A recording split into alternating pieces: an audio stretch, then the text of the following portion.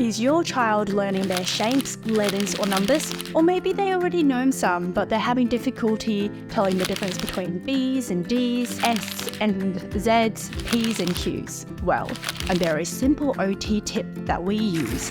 It is called sensory handwriting. So sensory handwriting is where your child uses all their senses, like their touch, being able to see, and then being able to hear. So today we're going to run through 7 different ways that you can use sensory handwriting to teach your child shapes, numbers, and letters. So tip number 1, using pipe cleaners. So pipe cleaners come in a long straight line, but then you can move them and you can change them into different shapes like circles and squares and lines. So then your child can start to make these shapes and then gradually make different letters and numbers as well. Number 2 is writing using flour, sand, or dirt. So using some of these materials that you might have at home, you can find a flat surface, put some flour, sand or dirt on the table and get them to use their fingers to draw these shapes, letters and numbers. Or if you want, you can get them chopstick or a stick from outside and you can get them to hold it like a pencil and draw these shapes, letters and numbers. Number 3, using spaghetti. We always love using food when we are doing these play activities in case these kids eat it. We can dye these spaghettis and it makes it nice and soft so they can change it and make different letters, numbers and shapes. Number 4, we are going to use shaving cream.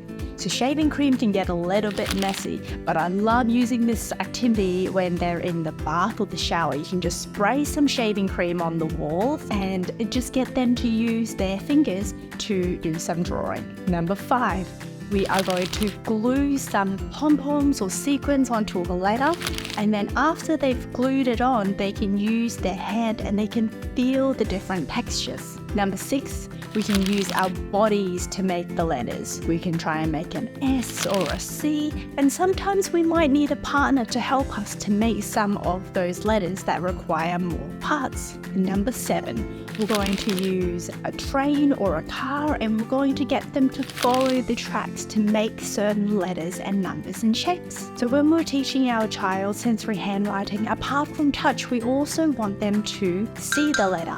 So if they're not really familiar with how to write these letters, you might write it on a piece of paper and then they can do these activities on top. So they can use their car and they can trace it, or they can glue the pom-poms and the sequins on top. Also, when they are doing their writing, we also want to use their auditory system. So they want to hear how to write it.